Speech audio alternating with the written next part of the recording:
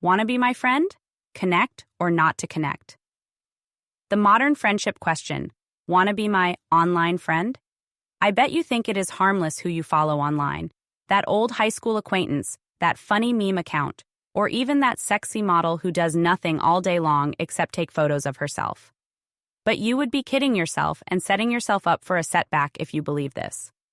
Our lives are shaped by what we see and what we hear as much as by the people we surround ourselves with.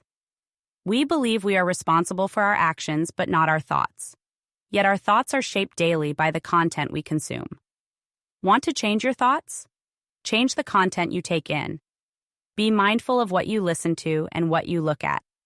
Read about people you want to be like. Follow those who make you want to be a better person, and I promise you, you will slowly but surely morph into them. What have you let go of only to be replaced with something better? Think of all the times in your life that you left a job and got a better one, broke up with somebody and got a better partner, or lost something only for something better to show up in your life. Make a list. What does it really mean to connect? Connection is the thread between us and the people we choose to invest our time into. We are choosing to invest in forming a foundation beyond merely an acquaintance level. This investment is an investment of ourself, energy, and time. Connect. Verb. To feel close to someone or have a good relationship with them, connect with. She has a remarkable ability to connect with a wide variety of people. Understanding who you choose to connect with, both on and offline, is not something to be taken lightly. It is important to recognize the value of what you put into people and invest in the right people. Choose to invest in people who not only elevate you, but also have the potential to. Those with potential may not be successful yet, but they are going to be. You see the habits, you see the mindset, you know they have a winning strategy in life, and that will inspire you. Time to align. Are all the people we are connected to, both online and offline, actually our friends? What does the word friend mean? Originally, friend, noun. A person whom one knows and with whom one has a bond of mutual affection, typically exclusive of sexual or family relations. Modern update? Friend, verb. To add, someone, to a list of contacts associated with a social networking website. I am friended by 29 people who I have not friended back.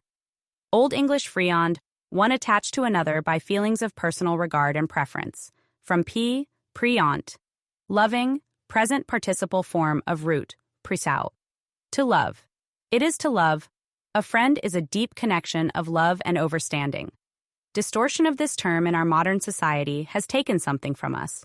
It has devalued our friendships, as there is no separation between those we barely know and those we know deeply, as the word used to convey.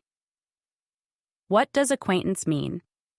The digital world has expanded our average circle of connection, thus increasing our network of acquaintances far beyond those we would have reached in the physical-only world. Acquaintance, a person one knows slightly, but who is not a close friend. Social media connections are acquaintances, not friends. This is an important reframe.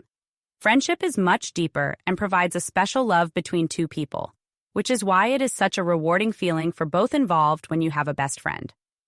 Using the word friend to explain strangers is changing the meaning and will cost us in the long run. In the game, we want to be able to distinguish between a friend and acquaintance. Take mental note, who in your circle is truly a friend and who is an acquaintance? Is social media deepening your connections or dissolving them? Why are our relationships not fulfilling us the way they used to? Overconnection, which is not a real, deep emotional connection, is causing so much hardship to society. We have been conditioned to chase more friends, larger follower counts, and greater popularity. However, this pursuit has proven to be misguiding and damaging us. Depending on what generation you are from, you may or may not remember what life was like before technology. Or maybe you were late to the game or never really entered the online world. Lucky, in a way.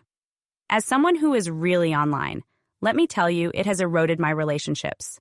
It is almost as if the more we connect online, the less we are connected overall. Our core need as a human is to be understood, not to be liked. This is why we can feel so empty when we have so many friends. Because we catch up constantly online, we've become overconnected, yet we have never been more disconnected from one another. How do friendships positively affect your energetic body? To truly experience the benefits of friendship and sense of community, you have to connect in person. As you have learned, it is in these offline connections that our energetic bodies can blend and merge. This connection cannot be transferred through the screen. It is fragmented by the screen. I believe our soul knows it is not being understood correctly, that it is being fragmented. What is fragmentation? How do computers fragment? Computers at the most basic level break down data into fragments. Fragment A, part broken off, detached, or incomplete. The data is taken apart and then put back together. When is the last time you took something complex apart and then put it back together? Bet it didn't go too well. IKEA? Anyone? But this is true through and through. If you were to bake a beautiful cake and then take it apart into pieces, sure, you could put the layers back together in the same fashion, but how is that cake going to look? Nothing complex that is taken apart goes back together exactly how it started. Imagine there were energetic replicas of you floating around in the minds of all the people you know, and that each day you show up online with a new 15-second glimpse into your life, the cord is strengthened. We know too much about each other, and not all of it has context. See, social media distorts context of being able to fully understand other people. Offline, we take time to get to know one another. We think about who we allow into our home and who we would share face-to-face interaction with. And few of us implement the same rules online. Do we verify and authorize each follower? It is common practice to have an open social profile now. Who are we connected to? Do we even know? Could we possibly understand all the connections we have formed across all the digital networks and platforms we show up on? Gone are the days when it was impolite and unheard of to ask someone their political views or what they earn. By oversharing, we have allowed the connection of others to feel privy and entitled to information about us, aka evidence they use to confirm or deny their version of us. This is where the fragmentation and energy drain begins. Now, before we dive deeper, know this can only occur because we have allowed it to occur. I know, stay with me. By participating by logging on and sharing, we choose and thus make our energy available to be tapped into for corroding. We offer up significant amounts of data with little thought to the order or perceived message it will deliver, often with no context. Seeing a 15-second series of videos of a person expressing their feelings, behavior, actions, or ways of being gives no context and thus is often taken out of context, allowing others to create their own version of that person. This same event occurs with the information you share. We used to spend years getting to know a person, learning all about them and how we felt about them, by spending time with them. Now it happens in a split second without much thought. This has become a norm, something everyone does. And if these past years have taught us anything as a society, it could be how many mindsets and perspectives there can be about a single event, meaning everyone sees everything differently. Imagine how many versions of you are floating out there in people's minds.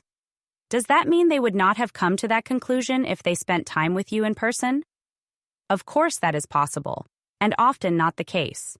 In person, in the energy of another, you pick up on their tones, experiences leading up to ways of thinking, and, if you have known them long enough, why they are the way they are.